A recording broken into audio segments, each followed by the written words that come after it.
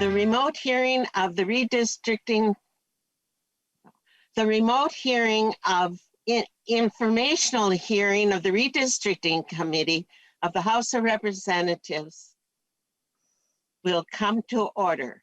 It is May 15th. It is 8 a.m. on Saturday morning, and thank you all for joining with us today. This remote hearing is taking place in accordance to House Rule 10.01 and is being live streamed by the House of Public Information Office. We're going to dispense with the roll call at this first meeting time because we are going right into introductions of the committee members. Let's start by saying your name, the area that you represent, and your district number. And for those of you that were here for the last redistricting time period or elected during that election that came right before or right as that was taking place, please tell us what your old number was as well as what your new number is, which will soon be your old number. But that's only for 4 people. Anyway, let's begin with Vice Chair Ginny Claiborne. Good morning, Madam Chair and members. I am Ginny Claiborne. I represent Plymouth. My new district is 44A, my current district. And Chair Murphy, I do know my old district number was 43A. Okay. Thank you very much. Representative Torkelson, the lead Republican on this committee and a co-leader. Well, thank you, Chair Murphy. It's a pleasure to be with you on this bright, sunny Saturday morning. I represent District 16B in South Central Minnesota, and I was around 10 years ago when districts changed. We'll maybe go into that history in more detail at a different time, but it did have a direct impact on my life and where I live, actually. 21B was my former district, and as I said, 16B is my current district. Looking forward to the work of the committee. Thank you. And now we'll go alphabetically from here on in. Representative Bonner. Good morning, Chair Murphy and members. My name is Kristen Bonner. I am the state representative for Maple Grove and Osseo, and I represent District 34B. Okay. And Representative Garofalo.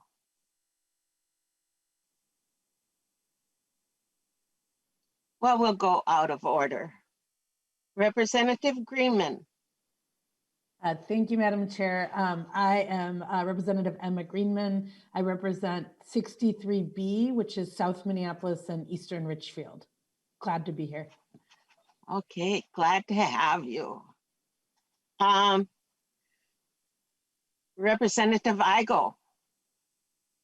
Thank you, Madam Chair. Good morning, everyone. I'm Spencer Igo. I represent parts of Cass and Itasca County, and my district is House Seat 5B.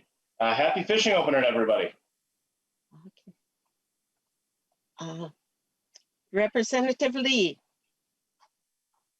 Thank you, Madam Chair. Morning, members. My district right now is House District 59A. I believe before my time here was House District 58A. Thank you. Okay. Representative Long. Morning, Jamie Long representing parts of Southwest Minneapolis, and my district is 61B. Representative Munson. Good morning, Chair Murphy.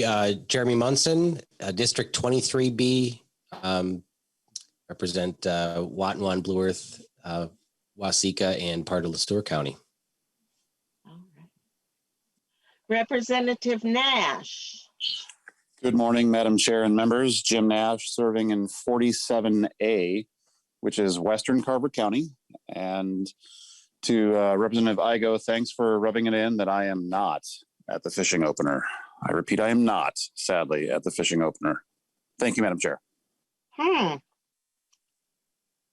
You say that like you really would rather be at the fishing opener. Well, Madam Chair, fishing is a big part of my life, and I have missed opener for a lot of years, but I am happy to be here on your committee, and I will happily miss fishing opener to be here to help out. And that's another point that you brought up.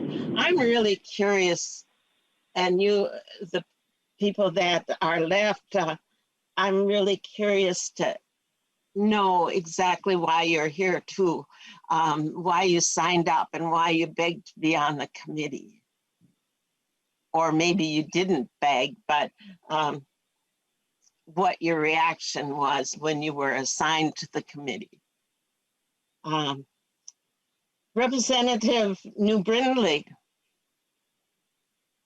Good morning, Madam Chair and members. I represent District 32B, which is most of Chisago County. So I have beautiful Taylor's Falls and the St. Croix River and Interstate State Park in my district. And begged, it seems like a strong word, but here I am and I'm happy to be here. Thank you. And we're happy to have you here too. Representative O'Driscoll. Good morning, Madam Chair. I am calling in. Are you able to hear me this morning? Yes, we can. Thank you very much. The reason I am on redistricting is I think it's important for the people of the state of Minnesota. This comes around once every 10 years, and I've been involved in our elections in the past, on the elections committee, and feel this is a great way to be able to help serve my counterparts in the legislature, as well as help the people in the state of Minnesota. Currently represent District 13B, which is the eastern part of Stearns County and the western part of Benton County. And prior to redistricting in 2012 timeframe, this was District 14A. I think I've answered all your questions, Madam Chair, and with that, I'll go back to you. You did. And so we'll go to Representative Liz Olson. Morning, Madam Chair and everybody. I'm Liz Olson. I represent District 7B, which is the central and west parts of Duluth, so sort of the lift bridge on west, being I have my counterpart on this committee, which is exciting. And I chose to sign up for this committee, I think for a lot of the reasons Representative O'Driscoll mentioned, and I was also very excited to work with Chair Murphy. Representative Sandstead. Good morning, Madam Chair and members. I represent District 6A, which is many of the communities across the Iron Range and portions of St. Louis County and Itasca County. I was assigned to this committee, but very, very happy to be here. Okay. Representative Schultz.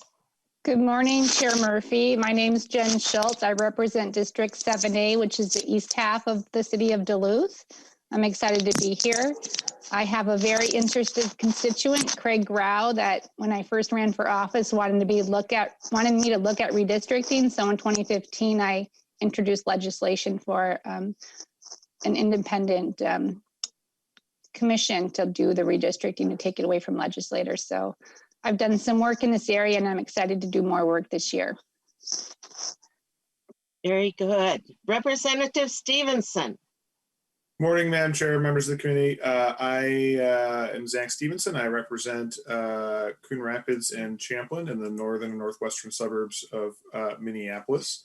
My district number is 36A. I wasn't in the legislature, but before the last round of redistricting, it was 47A. I asked to be on this committee because I was hearing about redistricting increasingly from constituents. I think it's in the public's eye increasingly so, as people are more and more concerned with the functioning of our democracy. We want to make sure we have a fair process, fair lines. And also, I've never been on a committee that you've chaired, Chair Murphy. I'm excited for that opportunity. That's a challenge. Representative Vang. Good morning, everyone. I'm Representative Vang. I represent Brooklyn Center and a bit of Brooklyn Park, District 40B. And I echo a lot of my colleagues for reasons why I picked this committee. I'm very excited when I found out it's a once in a decade, and so who knows when I'll get the chance to be on this committee again. Thank you all. And Representative West. Thank you, Madam Chair. I'm Nolan West. I represent Blaine, and it's the only city I represent, which is very nice, very rare for a Republican. And I wanted to be on this committee because I wanted to make sure that every single committee I'm on also had Representative Murphy on them. So I've got that figured out. And then also exactly the same as Representative Vang. This only happens every 10 years. So I wanted to be a part of the process because I probably won't be around 10 years from now. Well, hopefully I'll be alive. Probably not in the legislature. Representative Garofalo. Good morning, Madam Chair. Can you hear me okay? Yes. Patrick Garofalo. I represent the city of Farmington as well as portions of rural Dakota and Goodhue counties. I had the opportunity to serve on redistricting back in the 2011-2012 session. It's a very interesting committee, as others have mentioned. It's a once every 10 years sort of opportunity, and really does give you an opportunity to learn a lot about Minnesota in terms of what the definitions of communities of interest are. And plus, as others have said, anytime you have an opportunity to serve with Mary Murphy on a committee, you jump at the chance. So happy to be here. Well, that I don't think I missed anyone. If I did, speak up now as members of the committee. I got you all checked off on my list. I'm Mary Murphy, and I represent at this time the people that live in District 3B. But when I first got here, I was 14B, and then the next redistricting took place, and 3 years later, and I was representing 8A. And then 10 years later, I represented 6B, and then now 3B. But when I started out in politics, Willard Munger from the Fighting 59 was my state representative. And so the northern area wasn't always the little numbers or the first numbers out of the 67, because the Duluth area was the 59th and or 50, the 60th and the 61st districts. And so districts change because of people like us, people that are interested in good government and democracy and following rules. And there are lots of rules that have to do with redistricting. And we will set some of them, and we will make some of them, and always following the rules that established us, like the state constitution and the United States Constitution. And you've, when you were assigned to the committee, or you had your wishes, when the people that you made your intents of wanting to be on the committee too, when they organized this committee and assigned this committee, we got our first hint that we would be working pretty much during the summer of 2021. When we saw on the bottom of our schedules, the Rules and Legislative Administration Committee, Redistricting, and Ways and Means meet at the call of the chair. We were not given a scheduled time, and we were not given a scheduled day. And so people that are saying, when are you going to have a meeting? We're out of place because they hadn't read that fine print at the bottom of the schedule at the call of the chair. But from now on, I'm going to try to have a regularly scheduled time if there is business to be held. And during the next week, or 3 days, 2 days that we are still in session, I would like to hear from you about what's a good scheduled time for you, because we will be fighting the contradictions of your real life. When we are adjourned after Monday, then we are at interim kind of schedule kind of things. And I imagine some of you are going back to work, and some of you, I would appreciate hearing when would be the best times for you to meet before I single-handedly decide we're going to have it at the most convenient time that I want it. Well, I don't have a convenient time because I have a lawn to tend to. I have flowers to weed. I have dandelions galore and pollinators flying around my yard continually. And the big bad deer are hopping in. And now my tulips that are just starting to bloom and are in the tulip prison that I had to, in order to save their lives, I had to secure. And so we have all those things to deal with, as well as redistricting for the state of Minnesota as the people want. And I've heard from several of you that you are really interested in embracing the people of Minnesota on this journey.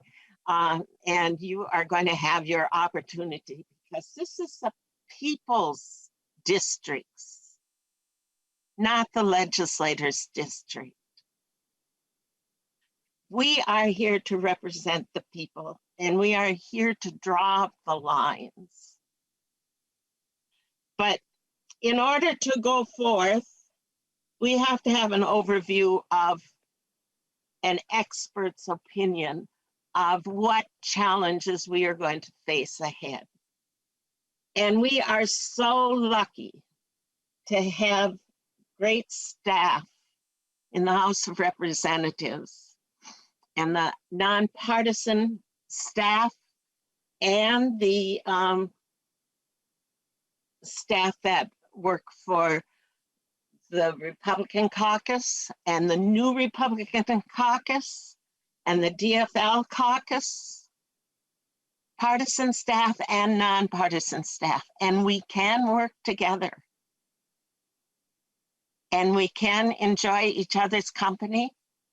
And we can be challenged by each the talents of our staff and how they work with our various people in our caucuses. But how if they have those skills that can work with us, they certainly have the skills that can work with the people of Minnesota too. And we do too. And each one of you have special talents and skills that you're going to share with us, because we need each other in order to be fair and open. And we cannot be talking all the time, because we have very good hearing and listening skills. And we are going to use all our talents and skills and all our staff's talents and skills to achieve our goals that the people are counting on us to achieve. And I really strongly believe, and I was talking to Representative Torkelson and about this. I really, really want the House of Representatives and the Senate to draw up maps, a map that we can pass on the floor of the House of Representatives.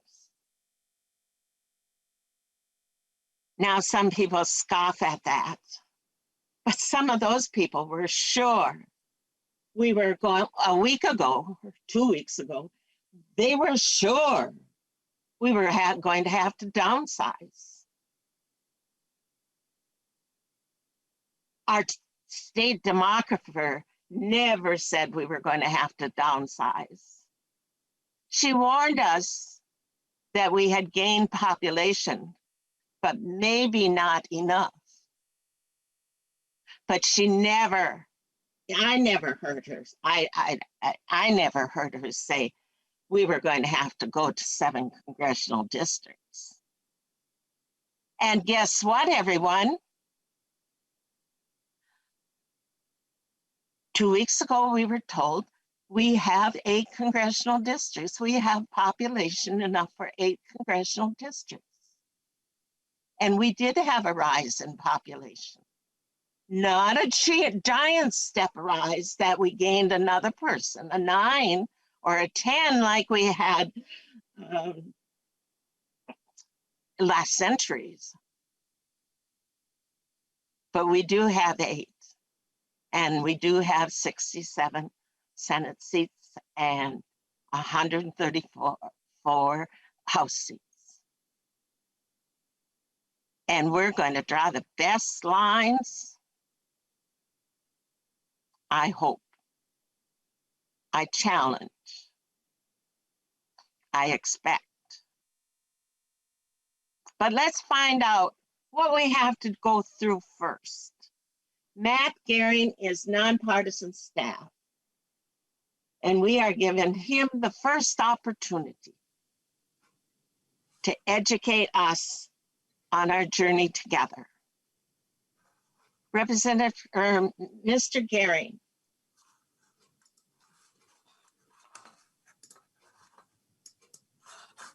Will you proceed? Yes, Madam Chair. I just shared my screen. Are you able to see my PowerPoint slides? Yes. Okay. Madam Chair and members, what I have for you this morning is a very short. A little bit louder. Oh, yes.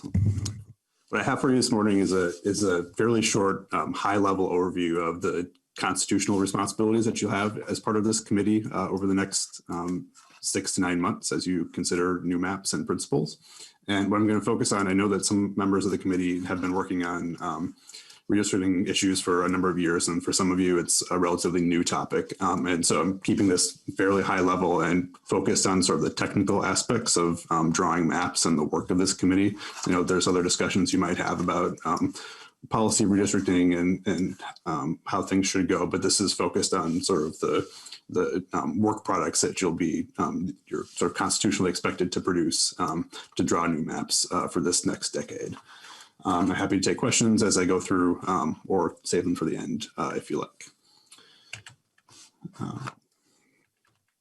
So the first sort of high level principle for you all to sort of think about is your constitutional responsibility and the legislature's constitutional responsibility.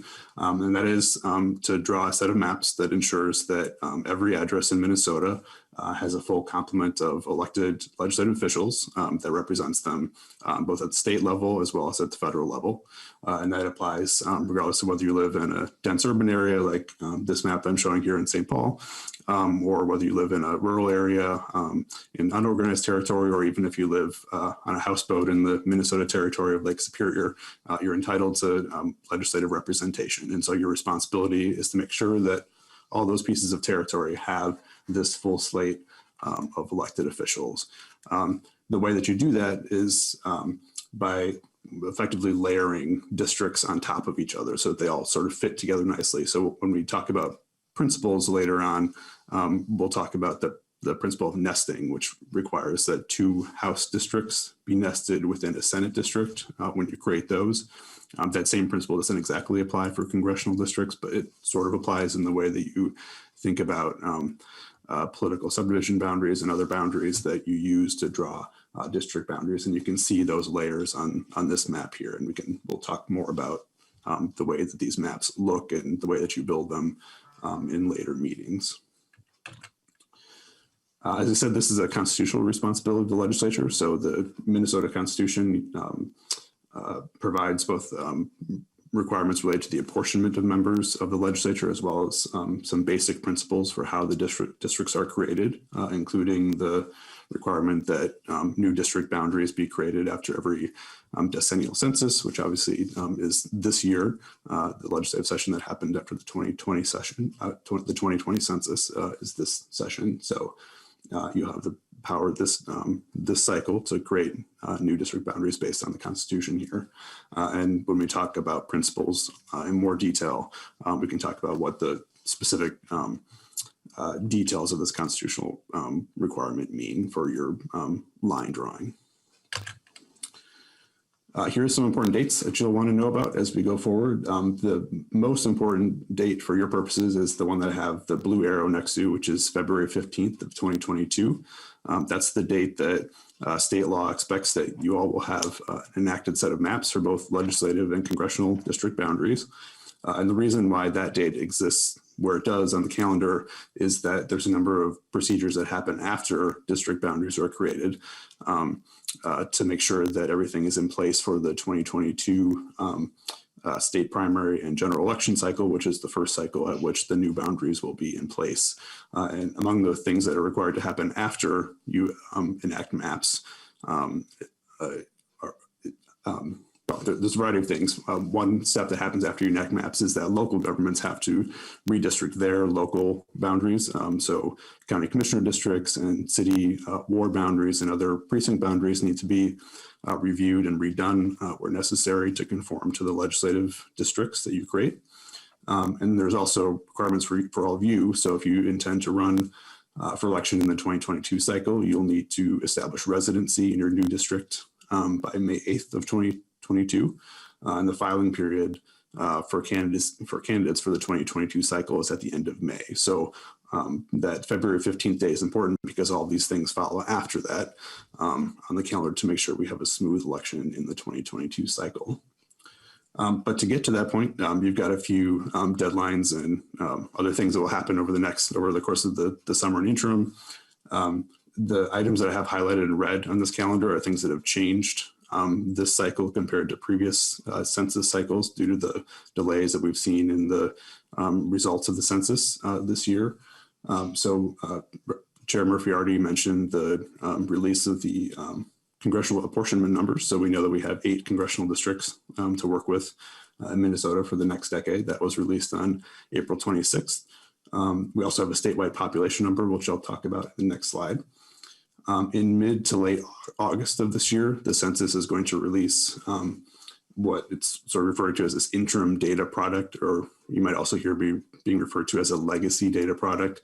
So the way that redistricting works is that the census sends a package of data to each state that has detailed population numbers for individual census blocks within the state. So probably later we'll talk about census geography and how all of that works. But basically what that means is that the census will send to Minnesota individual numbers that can be as small as a city block or even a building or a portion of a city block with population numbers for that block, along with necessary data on demographic data on populations in those blocks.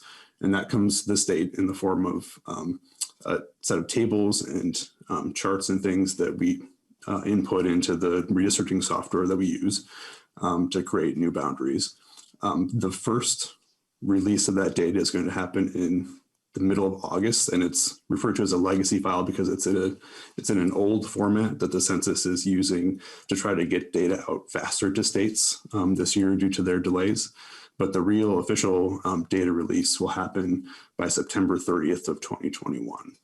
So as you sort of think about the work ahead, you can expect that beginning in late August and for sure by the end of September, you'll have the full set of data that you need to actually start drawing new district boundaries.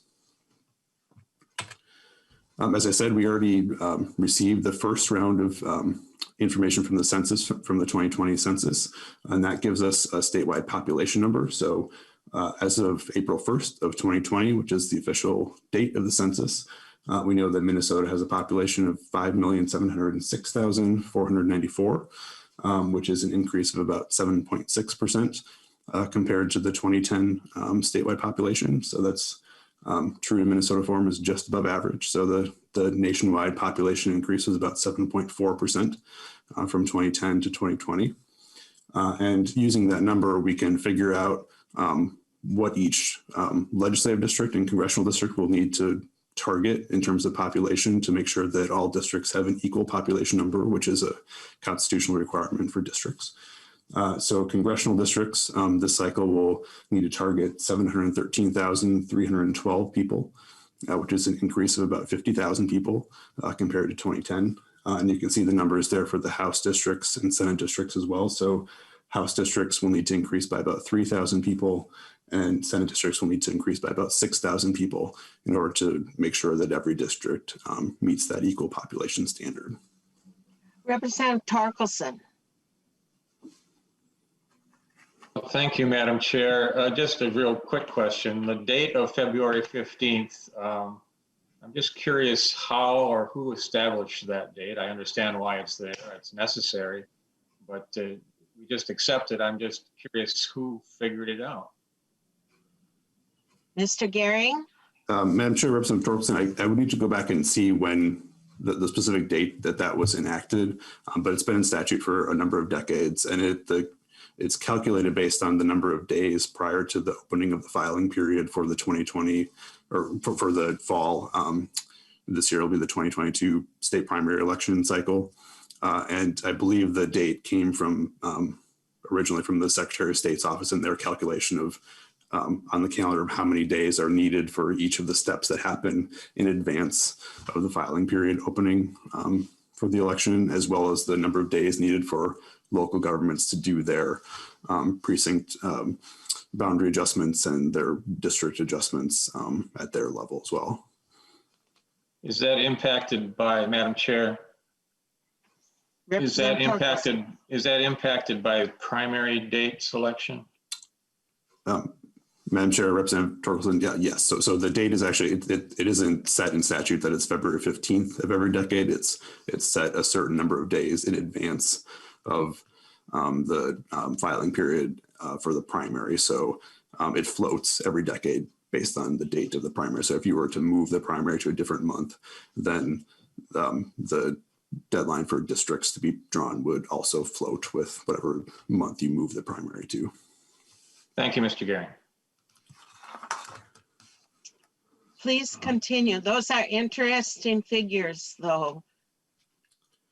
42,586 will be the new population of most of our districts. Right. And Madam Chair, when we talk about principles, there's a sort of a deviation that is permissible under the Constitution, particularly for legislative districts. It's less true for congressional districts, but this number is the number that you're going to want to target to make sure that all districts are exactly the same.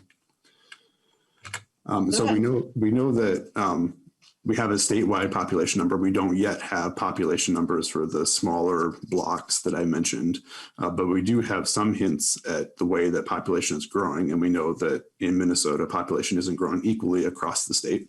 So I'm showing this map just to give you an idea of the puzzle pieces that you're going to have in front of you to draw out districts and what it might look like when you're trying to create districts of equal population. So on this map, the districts that are shown in the dark green and light green shades are districts. I have it listed here as having lost population. That's a little bit misleading. It's actually the case. It's not to suggest that these districts have less population than they did in 2010. What that means is that those districts are not keeping up with the pace of population growth in the state overall. So those districts in the green shades don't have enough people right now to meet what we expect to be the ideal population number for those districts. So if you think about how you move the puzzle pieces to give them the population they need, those districts in green will need to get bigger geographically to pick up more people. And then the districts that you see in the dark brown and tan color are the districts where the population growth has exceeded the overall population of the state. So they have more people in their districts right now than what is the ideal. So those districts in the brown and tan will need to get smaller in geographic size so they don't have a number of people in excess of the ideal population numbers that we just talked about. And then the few districts, aren't too many of them, but there are a few districts that are kind of in the gray or like light, kind of the white color. Those are the districts that currently are roughly close to the ideal population number that we expect right now. But as you sort of think about geography and sort of like squeezing a balloon of people, like moving them around the state, those districts will be impacted by the new boundaries just as much as the other districts. So, and then when you layer on the other principles that you'll want to consider in drawing boundaries, that'll affect sort of where you can move these lines to make the population requirements work. And I would suggest maybe at a later meeting, Susan Brower is the state demographer, and she can talk a little bit more in detail about the way that population has shifted in the state and a little bit more about what this map might mean for your work. But for now, I just wanted to give you the visual of kind of where things are at as we expect it right now in the state. For sure. So next, I'm just going to talk kind of quickly about the sort of work products that you'll have to work through over the course of the summer. First is a set of principles. I've mentioned principles a couple of times. The redistricting principles are the sort of rules that you adopt that you'll use to decide how you're going to set out district boundaries. And some of the principles are constitutionally required, such as the equal population requirement. There are requirements that come from federal law and the Voting Rights Act related to the way that you district and reflect minority populations within districts. There are principles that come from the state constitution that we saw earlier that includes requirements that districts be what are called convenient and contiguous, and we can talk about that if you have questions or maybe at a later meeting, as well as the way that you number districts. There's a requirement in the Constitution that they be numbered in a certain way. And then there are also principles that you might decide on your own that you think are important, even though they're not constitutionally required or required by federal law. And these are principles such as how you address communities of interest in the state, how you deal with political subdivision boundaries and other things like that. So the first step in drawing boundaries is to decide what those rules will be and what's going to guide your work as you build the new districts.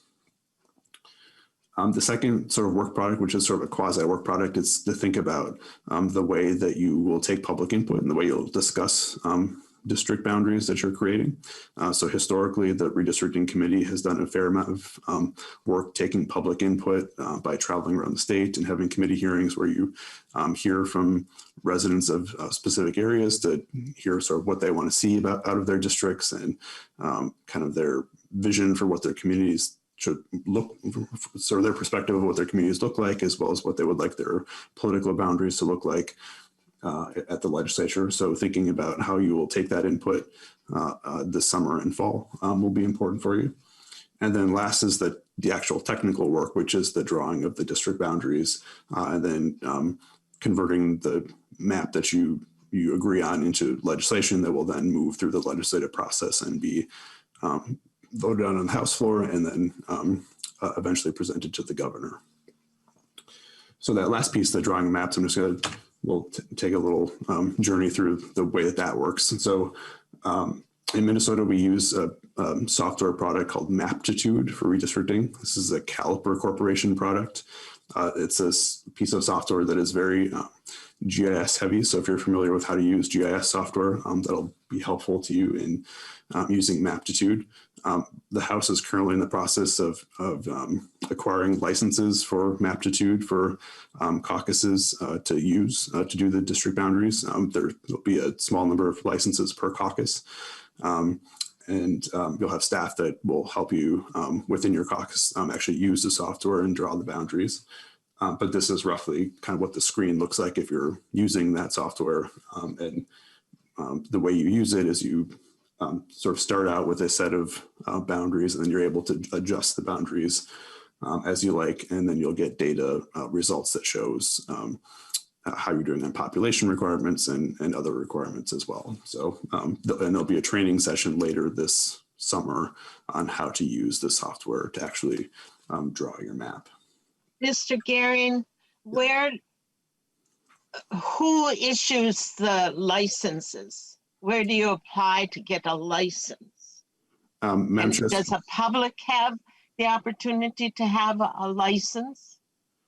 Madam Chair, so there are a lot of products that are available to the public to draw boundaries. Some of them are web-based, so people can go online to certain websites and draw districts themselves. I expect that that's likely that you'll have members of the public that will do that and submit them to you this year. And I know that the committee has already received a set of maps from at least one advocate at this point. The Maptitude software is a software product that we purchase institutionally at the House. And so the House doesn't provide those licenses to members of the public. They need to purchase them on their own. The House provides licenses for all of you as members within your caucuses to draw the boundaries. Thank you for that clarification. One of the, so in addition to the map screen that I showed you, one of the things that the software will spit out to you when you're sort of ready to sort of analyze your map and see if it's something that you think is appropriate is a set of statistical reports that shows data that relates to the map. So this is just an example of what the population summary report looks like for the House districts for the 2012 enacted plan. This is the plan that was enacted by the court panel in 2012. And you can see the list there of the other types of data reports that are automatically generated, including information on minority populations and compactness and split subdivisions within districts. There's also an incumbents report. So one of the traditional principles that has been used in Minnesota in the past is as a sort of last principle to verify that a district plan doesn't unfairly burden or favor incumbents. So that report will show how many incumbents residences are paired within an individual district to show whether there are too many incumbents that are paired, so it unfairly disadvantages incumbents, or there are not any incumbents paired, which would mean that incumbents might be favored in that plan. So that report will be generated. And then the last one is called the Plan Components Report. And that's a very, very technical report that just shows the census tract numbers that are included within each district. And then for each district, once you have a plan all set, the software will produce an individual map that shows the district boundaries for each district in the state. And this is an example of the district that covers the state capital. And all this information will be available to you on the legislature's website. So if you're not familiar with the Geographic Information Services portion of the LCC website, I would encourage you to spend some time perusing the pages that are available there. There's lots of really good information, not just on redistricting for 2020 this cycle, but the LCC maintains a lot of historical information on past redistrictings, including plans that were proposed and maps and that sort of thing. So this is the sort of landing page that you see when you first go onto the GIS website. And as you click through, one of the pages you'll find is a page like this that will show both the data reports I just talked about, as well as the maps for each district, and they'll be uploaded onto the website for each redistricting plan that is introduced as a bill in the legislative process. Another resource for you as you go through, in addition to me and the staff that you have in the House, that I would encourage you to explore is the NCSL website. So NCSL, but in my experience with NCSL, their redistricting section is one of the strongest sections for sort of staff assistance and technical knowledge that NCSL offers. So they have a book, it's called the redistricting red book. It looks like this, that I encourage you all to pick up a copy of. It gives you lots of information on the technical aspects of redistricting and the legal requirements for districting and other sort of contextual information that will be useful for you as you do your work. Then they also have lots of resources on their website for sort of current information on how states do their redistricting and kind of updates from the census and other things. So I would encourage you to explore that website as you have time. And then lastly, I just listed here the staff that are available to you for questions and kind of what our areas of knowledge are. So I'll be staffing this committee as sort of the traditional House research analyst. So I can help you with sort of general questions about legislative procedure and drafting of plans and sort of the legislative process that is associated with redistricting, along with sort of legal requirements for enacting maps and how principles work and that sort of thing. If you don't yet know Lee Muir from the LCC, he is the technology services manager and is a real expert at using GIS software, including Maptitude. And so you'll get to know him really well as you go through this work. And he's an excellent resource for all those kinds of technical questions. And then Susan Brower, who is a staff person at the Department of Administration, is our state demographer, and she's a really good resource for information on demographic trends and other population information about the state. I know in past redistricting cycles, former demographer Tom Gillespie was a really, really excellent resource for the redistricting committee for that information. And I know from my work with Susan that she'll be just as good this cycle as well. So I would encourage you to reach out to her if you have questions about that aspect of the work that you're doing. And Madam Chair, that's the end of my presentation. I'm happy to take questions if you have them. Oh, this is just the beginning, Mr. Gehring. Could you and Mr. Mueller and Ms. Brower send Ms. Conley the information of how we can get a hold of you in the daytime and what your working hours are and your email addresses, as well as if there is a phone number that you're available at. Yes, yeah, we can that, do that. That will be very helpful. And then Ms. Conley will distribute it to the committee. Or Mr. Basari will distribute it. But we do have questions, I bet. But there are no hands up that I can see. Representative Lee. Thank you, Madam Chair. And this question is for Mr. Gehring, kind of following up on the chair's question around the licensing. Is it possible for you to compile a list of just the free resources so that it could be posted on the committee page for members of the public if they may not have the financial means to purchase a new license, but want to participate, for them to know what are the free resources available to them? Mr. Gehring. Madam Chair, Representative Lee, yeah, I can work with the chair to come up with that. I don't know that the committee necessarily, unless you'd like to, typically the committee doesn't endorse particular software products, including those that are online, but I think that I could help you sort of point constituents to those resources if you have them that are looking for that.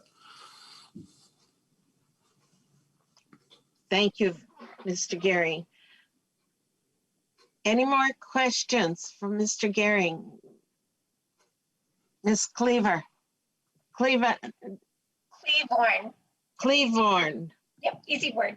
To Mr. Gehring, if we could just put that simple statement that this is not an endorsement of the product, that would be awesome. I think that's just a really good clarifier. Thanks. And Mr. Gehring, I'd like to thank you for recommending that the redistricting law from the NCCSL,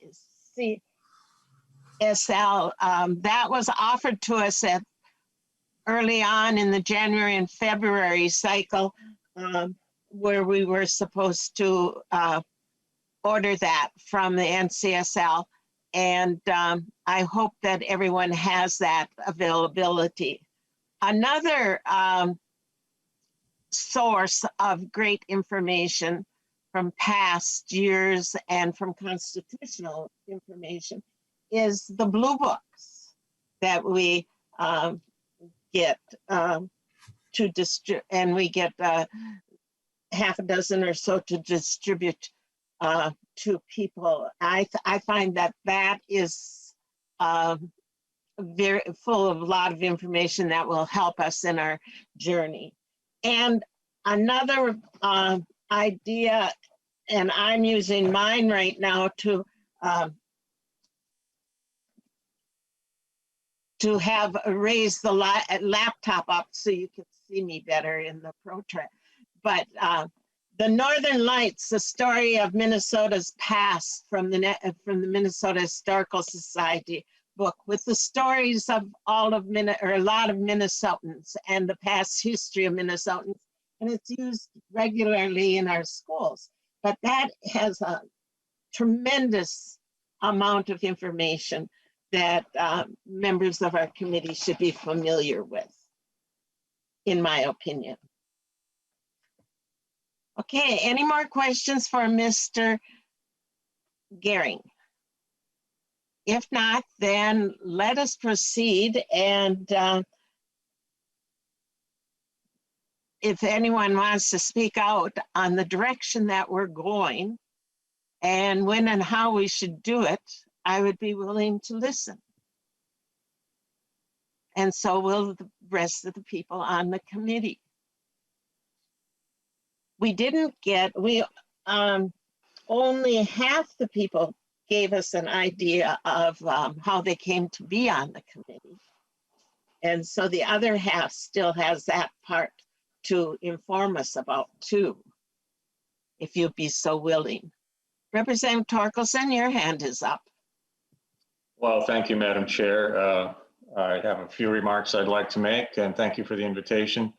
And by the way, I asked for this job. I found redistricting to be a very intriguing topic, one that, as we've noted, occurs only every 10 years, but has a dramatic impact on every Minnesotan, and especially on those of us that serve in public office. And it's very important work, and I am looking forward to working with you and the other members of this committee on some very serious work that I believe will have an impact on the redistricting map that is put into place at the end of the process. First thing I'd like to do is congratulate our census takers. It's fantastic news that we are able to keep all 8 of our congressional seats here in the state of Minnesota. And it is absolutely due to the hard work of everyone that promoted the census throughout the process, both those that worked for the Census Bureau and others that made sure that people got counted. Without that effort, and every little bit helped, I think, when you're down to 26 people making the difference, that effort is tremendous. And it's a tradition in Minnesota that we take part in the census, and it's a tradition that has really paid off for us. So congratulations to everyone that was involved with any aspect of the census, whether it was just encouraging your neighbor or actually getting out there and doing the work as many people did. I had some personal experience with a census worker who came to my farm. I've got a second house that's unoccupied, but they came to my farm to make sure that nobody lived there. And I was very impressed with their work. Second, I think it's very important that this committee gather public information, public input. The sooner we get started on that process, I think the better. It's a big state. There's a lot of ground to cover. And the recent change in mask mandate, the lowering of the masks, should help us do that more easily. And as this pandemic winds down, it'll make it easier for us to get that public input from every corner of the state. And that's a very important process that I'm hoping we can get started on just as soon as possible. The principles that we've used in the past seem to have worked pretty well.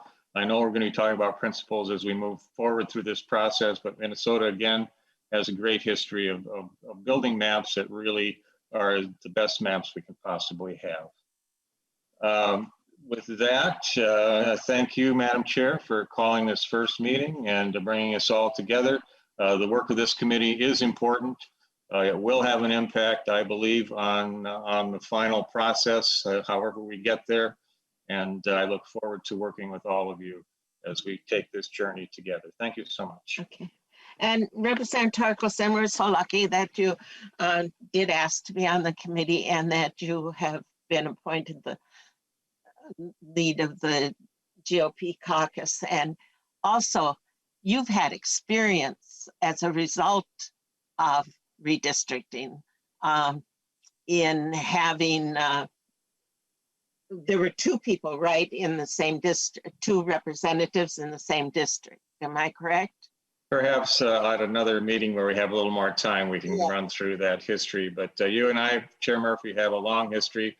You, of course, chaired the very first Legacy Committee, of which I was a member some 12 years ago. And we spent a lot of time together working through that first Legacy bill. Thank you so much. It seems that I never get an assignment that I don't have to spend, that I don't get to spend a lot of time with the committee members. And I find that the time where we're working together, the most valuable time, rather than making speeches and listening to a lot of things. But when we're working together for the common goal, I find that that's the most fulfilling work and the work that lasts the longest for the people of Minnesota. And it's a calling and it's a challenge, and I'm just really excited. And the presentation that Mr. Gehring made today gives us an excellent start as we go along. Anyone else want to make a statement? Madam Chair, I can go again. Representative Munson. Yeah, thank you very much. I just want to say I also chose to be on this committee. I'm very analytical in my day job. I've created quite a bit of maps for different companies for, whether it's sales territories or tracking customers and different maps and demographics. So I'm excited to dig in and do this work, and hopefully can bring a different perspective to map generations and asking some good questions. So I'm excited to be part of this committee. It's very important in the maps that we draw. And of course, it has both political impacts and impacts to voters. So I'm excited to be a part of it, and thank you for chairing the committee. Thank you. There are several bills that people have that have been referred to our committee, and the authors are on the committee. Does anyone want to just give us a heads up on what your bill is? Ms. Representative Cleavorn. Thank you, Chair Murphy. And my bill was brought by a constituency group. It's principles that they believe bring the voice of the people front and center. I also asked to be on this committee. It was my number one choice. I'm just really committed to fair maps and fair process. And I was excited, Chair Murphy, when you were named to be the chair of the committee. I've heard really great things about how you believe in building consensus and bringing consensus forward for the good of the people. And that's something that I believe in as well. There are members of this committee that I've worked with on other committees, and I've seen their dedication to our state. And I'm looking forward to finding that way where we can all come together, as you said earlier, to bring fair maps and a fair process forward to benefit our states. It's really exciting, and I'll look forward to bringing this bill to our committee as an avenue to make sure that the people's voice is heard. So it's just a clean principles bill, keeping people front and center. Thank you. Very good. Representative Brindley. We have half a minute. Thank you, Madam Chair. My question is I'm just wondering if you have thought through the public input portion and what that might look like. We are, and we are thinking about it, but I would welcome any suggestions that you have for doing that. In the past, what's been done is we've gone to the various regions of the state and held public inputs and